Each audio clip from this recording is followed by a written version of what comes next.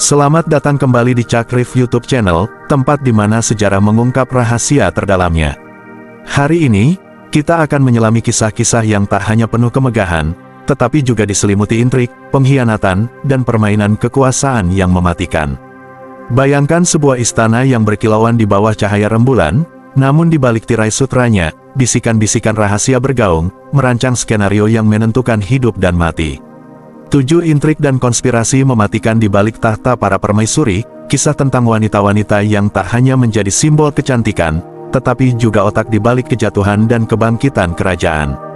Bersiaplah untuk memasuki dunia di mana ambisi lebih tajam dari pedang, dan cinta bisa berubah menjadi racun. Akankah kebenaran yang tersembunyi ini mengguncang persepsi kita tentang sejarah? Simak hingga akhir, karena apa yang akan Anda dengar bisa mengubah cara Anda memandang dunia kekuasaan.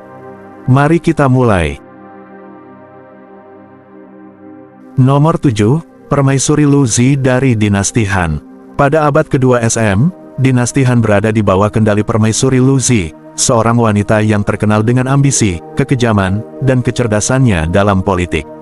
Lu Zi adalah istri dari Kaisar Liu Bang, pendiri Dinasti Han, dan setelah kematian suaminya, ia menjadi penguasa de facto. Kekuasaan Lu Zi tidak hanya didasarkan pada statusnya sebagai permaisuri, tetapi juga pada ketegasannya dalam mengatur urusan istana dan politik kerajaan. Lu Zi dikenal karena intrik-intriknya yang licik dan manipulatif. Ia tidak segan-segan menggunakan cara-cara kejam untuk mempertahankan kekuasaannya. Salah satu tindakan pertamanya setelah kematian Liu Bang adalah menyingkirkan musuh-musuh politiknya, termasuk anggota keluarga kerajaan yang dianggap sebagai ancaman. Lu Zi menggunakan jaringan mata-mata dan informan yang luas untuk memastikan bahwa tidak ada satupun rencana pengkhianatan yang luput dari pengawasannya. Salah satu konspirasi terkenal yang ia lakukan adalah terhadap selir favorit Liu Bang, Konsort Qi. Lu Zi melihat Konsort Qi dan putranya, Liu Ruyi, sebagai ancaman besar bagi kekuasaannya dan posisi putranya sendiri, Liu Ying, sebagai pewaris tahta. Lu Zi mengatur serangkaian intrik untuk menjatuhkan Konsort Qi. Ia menangkap Konsort Qi dan menyiksa wanita itu dengan cara yang sangat brutal, mengamputasi anggota tubuhnya, memotong lidahnya, membutakan matanya, dan kemudian menempatkannya di sebuah tong yang penuh dengan limbah. Tindakan ini bukan hanya untuk menghukum Konsort Qi, tetapi juga untuk memberikan pesan yang jelas kepada siapapun yang berani menentang Lu Zi. Tidak puas hanya dengan menghukum Konsort Qi, Lu Zi juga mengincar putranya, Liu Ruyi. Meskipun Liu Ruyi masih sangat muda, Lu Zi melihatnya sebagai ancaman potensial. Ia mengubah Liu Ruyi menjadi seorang kasim, sebuah tindakan yang memastikan bahwa Liu Ruyi tidak akan pernah bisa menuntut tahta. Tindakan ini sangat kejam dan mencerminkan tekad Lu Zi untuk melindungi kekuasaan putranya, Liu Ying. Kehidupan di istana menjadi sangat berbahaya di bawah kendali Lu Zi. Kekejaman dan intrik politiknya menciptakan suasana ketakutan dan ketidakpercayaan di antara para bangsawan dan pejabat istana. Banyak yang akhirnya menjadi korban ambisi Lu Zi, baik melalui eksekusi langsung atau melalui penyiksaan yang brutal.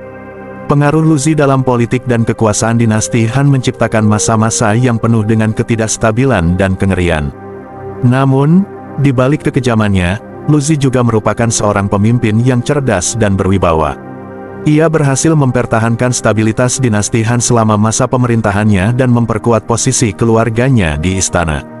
Lu Zi juga dikenal sebagai seorang administrator yang efektif, yang mampu mengatur pemerintahan dengan tangan besi. Ia mengawasi reformasi administratif dan militer yang membantu mempertahankan kekuatan dinasti Han. Kisah Lu Zi adalah kombinasi antara kecerdikan politik, kekejaman, dan ambisi tanpa batas. Sejarahnya penuh dengan cerita-cerita intrik dan konspirasi yang membuatnya menjadi salah satu permaisuri paling terkenal dan kontroversial dalam sejarah Tiongkok.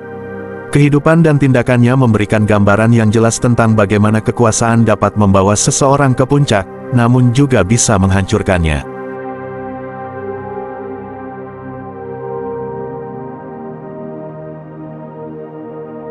Nomor 6, Catherine de Medici. Catherine de Medici, Ratu Prancis pada abad ke-16, seringkali disebut sebagai Black Queen, karena reputasinya yang penuh dengan intrik dan konspirasi. Ia lahir di Florence, Italia, pada tahun 1519 sebagai anggota keluarga Medici yang kaya dan berpengaruh. Catherine menikah dengan Henry, Duc de Lens, yang kemudian menjadi Raja Henry II dari Prancis. Pernikahan ini memperkuat posisi politik keluarga Medici dan membawa Catherine ke pusat kekuasaan Eropa. Catherine dikenal sebagai seorang wanita yang sangat cerdas, berpendidikan, dan memiliki selera seni yang tinggi. Namun, di balik penampilannya yang anggun, Catherine adalah seorang politisi ulung yang tidak ragu menggunakan segala cara untuk mempertahankan kekuasaan keluarganya. Ia dikenal menggunakan racun dan alkimia untuk menyingkirkan musuh-musuh politiknya. Catherine memiliki pengetahuan yang mendalam tentang racun dan obat-obatan, yang didapatkan dari para ahli alkimia dan penyihir istana. Ia seringkali menggunakan racun dalam makanan dan minuman untuk membunuh saingan-saingannya secara diam-diam. Salah satu konspirasi paling terkenal yang melibatkan Catherine adalah pembantaian Hari Santo Bartolomes pada tahun 1572. Pembantaian ini terjadi di Paris pada tanggal 24 Agustus di tengah-tengah perayaan pernikahan putri Catherine, Marguerite de Valois, dengan Henry dari Navarre, seorang pemimpin Huguenot Protestan. Pernikahan ini seharusnya menjadi simbol perdamaian antara Katolik dan Protestan di Prancis, namun justru berakhir dengan tragedi berdarah. Pada malam pembantaian Hari Santo Bartolomes, ribuan Huguenot Protestan yang datang ke Paris untuk menghadiri pernikahan tersebut dibunuh oleh pasukan Katolik.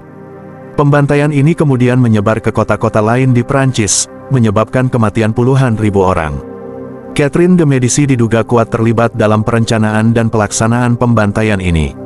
Banyak sejarawan percaya bahwa Catherine memberikan perintah untuk pembantaian tersebut dengan harapan menghancurkan kekuatan Huguenot dan memperkuat posisi Katolik di Prancis. Namun, peran Catherine dalam insiden ini masih diperdebatkan hingga hari ini. Beberapa sumber menyatakan bahwa Catherine terpaksa menyetujui pembantaian tersebut untuk melindungi keluarganya dan kerajaan dari ancaman pemberontakan Protestan. Ada juga yang berpendapat bahwa Catherine sebenarnya berusaha menjaga perdamaian, tetapi situasi politik yang tidak stabil menyebabkan kekacauan yang tidak terkendali. Selain pembantaian Hari Santo Bartolomes, Catherine juga terlibat dalam banyak intrik politik lainnya selama masa pemerintahannya. Ia menggunakan pernikahan anak-anaknya sebagai alat politik untuk membentuk aliansi dengan negara-negara lain dan memperkuat kekuasaan keluarga Valois. Catherine juga dikenal sering menggunakan taktik divide et impera, pecah belah dan kuasai untuk mengendalikan bangsawan dan menjaga stabilitas kerajaan. Catherine de Medici adalah sosok yang kompleks dan penuh kontradiksi. Di satu sisi, ia adalah seorang ibu yang penuh kasih sayang dan pelindung seni dan budaya. Di sisi lain, ia adalah seorang politisi kejam yang tidak ragu menggunakan cara-cara licik dan brutal untuk mempertahankan kekuasaannya. Reputasinya sebagai Black Queen mencerminkan kedua sisi dari kepribadiannya yang penuh dengan intrik dan konspirasi.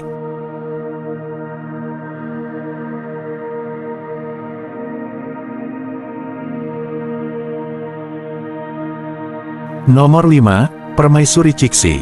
Permaisuri Cixi adalah salah satu tokoh paling kontroversial dalam sejarah Tiongkok.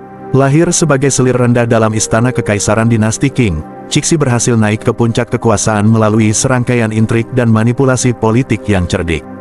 Ia memerintah sebagai ibu suri selama hampir setengah abad, dari pertengahan abad ke-19 hingga awal abad ke-20, mengendalikan pemerintahan dari balik tirai tanpa secara resmi memegang gelar kaisar. Awal kekuasaan Cixi dimulai ketika ia menjadi selir Kaisar Xianfeng dan melahirkan putranya, Tongzhi, yang kemudian menjadi kaisar setelah kematian ayahnya. Cixi dengan cepat mengambil kendali sebagai ibu suri dan memanfaatkan statusnya untuk memengaruhi keputusan politik. Ia bergabung dengan ibu suri Qian dalam sebuah koalisi untuk menggulingkan regen yang ditunjuk oleh Kaisar Xianfeng sebelum kematiannya. Kudeta ini dikenal sebagai kudeta Sinyo pada tahun 1861 dan menandai awal dari kekuasaan Cixi yang panjang. Cixi dikenal karena kecerdikannya dalam mengatur dan memanipulasi intrik politik. Salah satu contoh paling terkenal dari kemampuannya untuk mengendalikan kekuasaan adalah keterlibatannya dalam kematian Kaisar Guangxu. Pada tahun 1898, Kaisar Guangxu mencoba melaksanakan serangkaian reformasi untuk memodernisasi Tiongkok melalui gerakan reformasi 100 hari. Reformasi ini termasuk perubahan signifikan dalam sistem pemerintahan, ekonomi, dan militer yang bertujuan untuk memperkuat negara dalam menghadapi tekanan dari kekuatan asing. Namun, reformasi yang diajukan oleh Kaisar Guangxu mendapat perlawanan keras dari kalangan konservatif di istana, termasuk Cixi. Cixi melihat reformasi ini sebagai ancaman langsung terhadap kekuasaannya dan segera bertindak untuk menghentikannya. Ia melakukan kudeta dan menempatkan Kaisar Guangxu di bawah tahanan rumah di Pulau Yingtai dalam kompleks istana musim panas. Tindakan Cixi tidak berhenti sampai di situ. Pada tahun 1908, ketika kesehatan Kaisar Guangxu semakin memburuk, muncul spekulasi bahwa Cixi terlibat dalam kematiannya. Beberapa sumber sejarah menyatakan bahwa Kaisar Guangxu diracuni oleh Cixi sendiri atau oleh agen-agen yang setia padanya. Tujuan dari tindakan ini adalah untuk memastikan bahwa tidak ada perubahan signifikan yang dapat mengancam kekuasaan Cixi dan memperkuat posisinya sebagai pemegang kendali penuh atas tahta. Intrik dan konspirasi Cixi membuat istana kekaisaran menjadi tempat yang penuh bahaya dan ketidakpastian. Para pejabat dan bangsawan harus terus-menerus berjaga-jaga terhadap pengkhianatan dan perubahan aliansi yang cepat. Banyak dari mereka yang akhirnya menjadi korban dari intrik politik Cixi, baik melalui eksekusi, pengasingan, atau penahanan. Namun, di balik semua tindakan keras dan manipulatifnya, Cixi juga dikenal sebagai seorang pemimpin yang mampu membawa stabilitas dan perubahan signifikan pada dinasti Qing. Ia memimpin selama masa-masa sulit, termasuk pemberontakan Taiping, pemberontakan Boxer, dan tekanan dari kekuatan asing yang semakin meningkat. Cixi melakukan berbagai reformasi administratif dan militer untuk mencoba menyelamatkan dinasti dari kehancuran total. Kisah hidup Cixi adalah cerminan dari kompleksitas kekuasaan dan politik dalam sejarah Tiongkok. Ia adalah seorang wanita yang menggunakan kecerdikan dan kekejaman untuk mencapai tujuannya, tetapi juga seorang pemimpin yang berusaha menjaga stabilitas dan ketertiban dalam kerajaannya. Warisannya tetap menjadi subjek perdebatan hingga hari ini, dengan pandangan yang beragam tentang peran dan pengaruhnya dalam sejarah Tiongkok. Nomor 4, Elizabeth Báthory. Elizabeth Báthory, seorang bangsawan Hungaria dari abad ke-16. Dikenal sebagai The Blood Countess karena kekejamannya yang legendaris. Ia dilahirkan pada tanggal 7 Agustus tahun 1560 dalam keluarga bangsawan Báthory yang sangat berpengaruh di wilayah tersebut. Sejak kecil, Elizabeth dibesarkan dalam lingkungan yang penuh kekerasan dan kekejaman. Ia menyaksikan berbagai bentuk hukuman brutal dan penyiksaan yang dilakukan terhadap para budak dan tawanan, yang kemudian membentuk kepribadiannya yang kejam. Elizabeth menikah dengan Ferenc Nadasdy, seorang bangsawan dan komandan militer yang terkenal, pada usia 15 tahun. Setelah pernikahan tersebut, Elizabeth pindah ke Kastil Kachtis di Slovakia saat ini. Ferenc seringkali pergi berperang, meninggalkan Elizabeth mengurus urusan rumah tangga. Selama masa inilah Elizabeth mulai menunjukkan perilaku sadisnya. Ia diduga menyiksa pelayan-pelayannya dengan berbagai cara yang mengerikan, mulai dari mencambuk hingga membakar kulit mereka. Kisah-kisah mengerikan tentang Elizabeth Báthory mencapai puncaknya ketika ia mulai membunuh gadis-gadis muda. Menurut legenda, Elizabeth percaya bahwa darah gadis perawan dapat mempertahankan kecantikannya. Ia dikabarkan telah membunuh dan menyiksa ratusan gadis muda dalam upaya mempertahankan penampilannya. Para korban seringkali dijanjikan pekerjaan atau pelatihan di kastilnya, tetapi mereka malah disiksa dan dibunuh. Konspirasi di balik aksi-aksi Báthory melibatkan banyak orang, termasuk para pelayannya yang membantu menangkap dan menyiksa para korban. Para pelayan ini termasuk Dorothea Szentes, Ilona Zhou, dan Janos Uchfri, yang semuanya berpartisipasi dalam tindakan kejam Elizabeth. Mereka membawakan korban ke hadapan Elizabeth, yang kemudian melakukan berbagai penyiksaan mengerikan, seperti mencabik-cabik kulit mereka, memotong anggota tubuh, dan bahkan merendam mereka dalam air es hingga meninggal. Pada tahun 1610, rumor tentang kekejaman Elizabeth Báthory akhirnya sampai ke telinga Raja Matthias II dari Hungaria. Raja memerintahkan penyelidikan terhadap tuduhan tersebut, yang dipimpin oleh Georgi Thurzo, seorang pejabat tinggi kerajaan.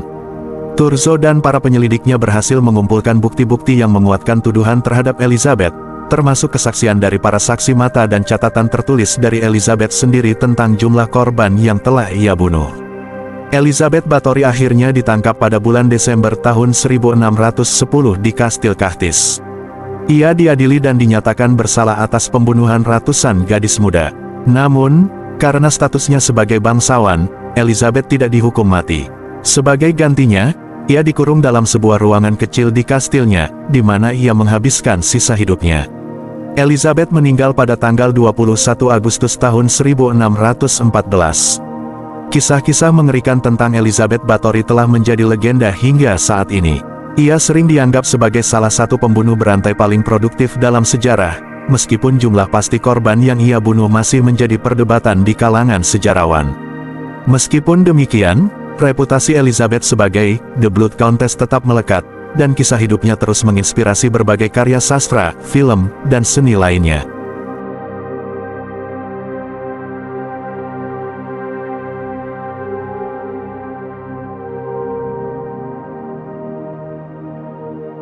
Nomor 3, Isabella dari Kastilia. Isabella dari Kastilia, ratu yang mengubah sejarah Eropa. Isabella I dari Kastilia, juga dikenal sebagai Isabella Sang Katolik, adalah salah satu ratu paling berpengaruh dalam sejarah Eropa. Lahir pada tanggal 22 April tahun 1451 di Madrigal de las Altas Torres, Isabella adalah putri Raja John II dari Kastilia dan istri keduanya, Isabella dari Portugal. Pada tahun 1474, setelah kematian saudara laki-lakinya, Henry keempat, Isabella memproklamirkan dirinya sebagai Ratu Kastilia. Salah satu pencapaian terbesar Isabella adalah penyatuan Spanyol. Pada tahun 1469, Isabella menikah dengan Ferdinand II dari Aragon, dan melalui pernikahan ini, mereka berhasil menyatukan kerajaan Kastilia dan Aragon. Pada tahun 1492, mereka menaklukkan kerajaan Granada, mengakhiri 7 abad kehadiran Islam di semenanjung Iberia. Selain keberhasilannya dalam menyatukan Spanyol, Isabella juga dikenal karena kebijakan-kebijakan kerasnya terhadap non-Kristen, terutama melalui Inkuisisi Spanyol. Inkuisisi Spanyol, yang dibentuk pada tahun 1478 oleh Paus Sixtus IV, adalah institusi pengadilan gereja yang bertujuan untuk memelihara ortodoksi Katolik di Spanyol dan mengadili perkara-perkara aliran sesat pasca Reconquista. Inkuisisi ini dikenal karena metode-metodenya yang brutal, termasuk penyiksaan dan eksekusi mati. Salah satu konspirasi paling terkenal yang melibatkan Isabella adalah pengusiran massal orang Yahudi dari Spanyol pada tahun 1492. Keputusan ini didorong oleh keinginan Isabella untuk menyatukan negara di bawah satu agama dan memperkuat kekuasaannya. Pada tahun yang sama, Isabella juga membiayai pelayaran Christopher Columbus ke tempat yang diyakini sebagai Hindia, membuka pintu bagi kolonisasi dunia baru.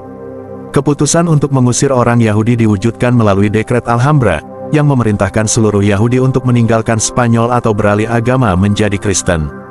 Banyak Yahudi yang memilih untuk memeluk agama Kristen untuk menghindari pengusiran, tetapi mereka tetap menjadi target inkuisisi dan seringkali menghadapi diskriminasi dan kekerasan. Isabella meninggal pada tanggal 26 November tahun 1504 di Medina del Campo, tetapi warisan kebijakan-kebijakan kerasnya terhadap non-Kristen tetap mempengaruhi sejarah Spanyol dan dunia. Meskipun pemerintahannya diwarnai dengan kekerasan dan diskriminasi, Isabella juga dikenal sebagai seorang ratu yang berpendidikan dan berperan penting dalam pembentukan Spanyol modern.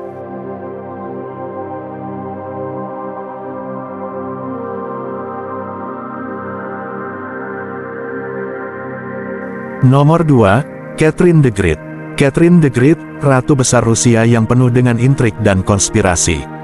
Catherine the Great lahir dengan nama Sophie Friederike Auguste von Anhalt-Zerbst pada tanggal 2 Mei tahun 1729 di Stettin, Rusia, sekarang Szczecin, Polandia, adalah salah satu pemimpin paling kuat dan berpengaruh dalam sejarah Rusia.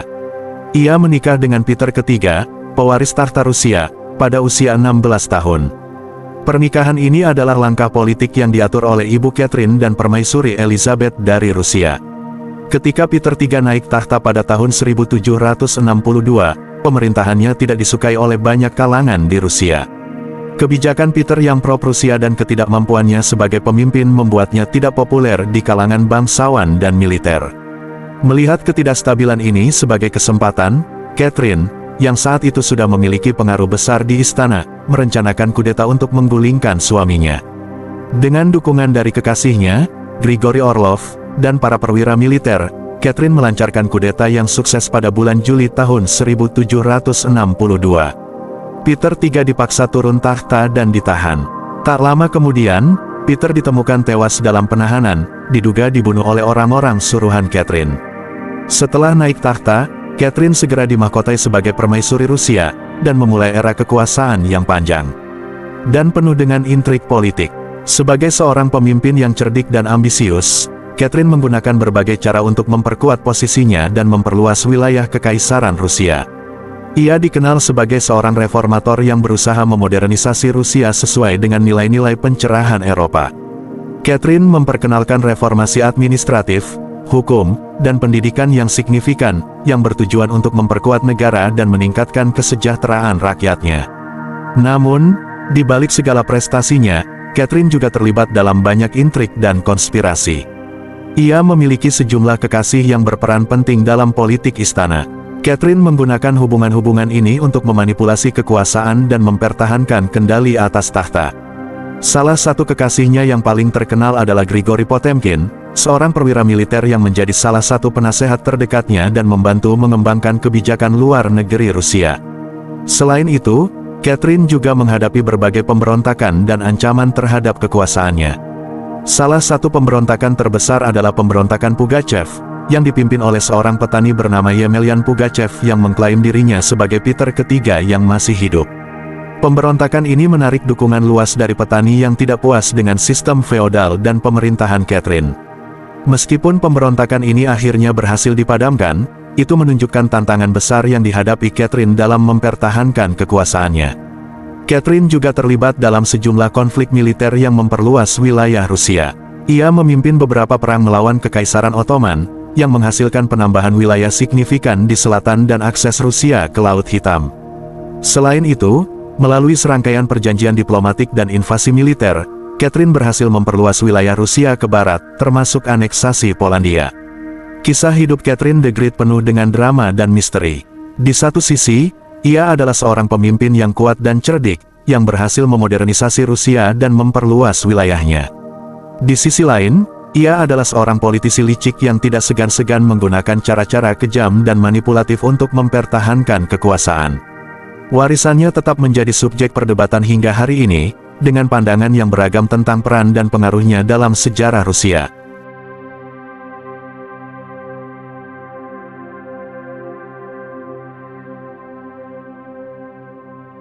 Nomor 1, Cleopatra VII.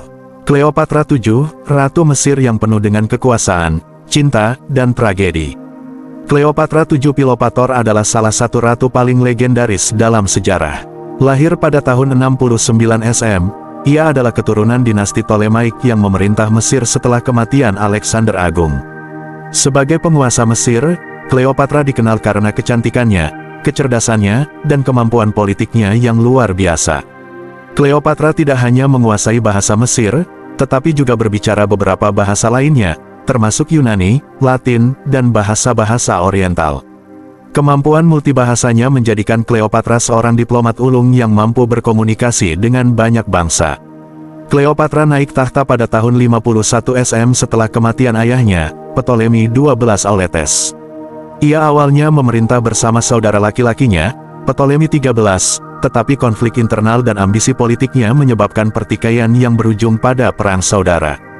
Cleopatra, yang didukung oleh pasukan Romawi yang dipimpin oleh Julius Caesar, berhasil mengalahkan saudara laki-lakinya dan memastikan posisinya sebagai penguasa tunggal Mesir. Salah satu konspirasi paling terkenal yang melibatkan Cleopatra adalah hubungannya dengan Julius Caesar.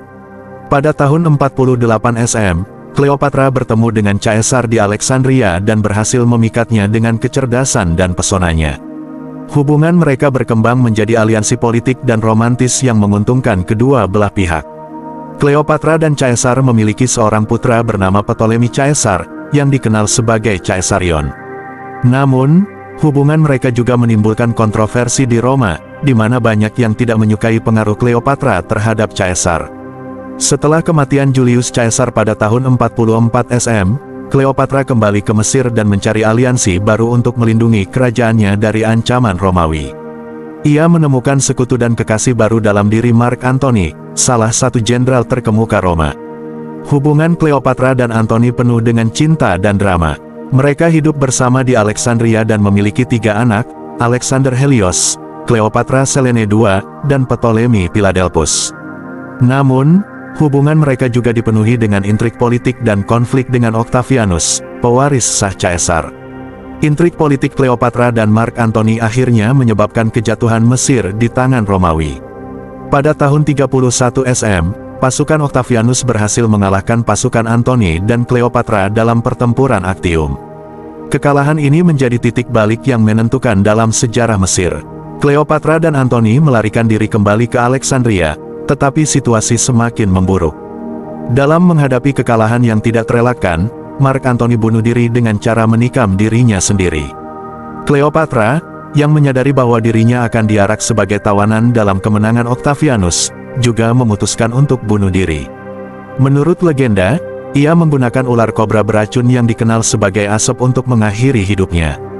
Cleopatra meninggal pada tanggal 12 Agustus tahun 30 sebelum Masehi, mengakhiri era dinasti Ptolemaic dan membawa Mesir di bawah kekuasaan Romawi sebagai provinsi. Kisah hidup Cleopatra adalah kombinasi sempurna antara kekuasaan, cinta, dan tragedi. Ia adalah seorang ratu yang cerdas dan ambisius, yang menggunakan kecantikannya dan pesonanya untuk mempertahankan dan memperluas kekuasaannya. Namun, intrik-intrik politik dan aliansi romantisnya akhirnya menyebabkan kejatuhannya. Warisan Cleopatra tetap hidup dalam legenda dan cerita yang menggambarkan kompleksitas dan pesonanya sebagai salah satu penguasa paling legendaris dalam sejarah.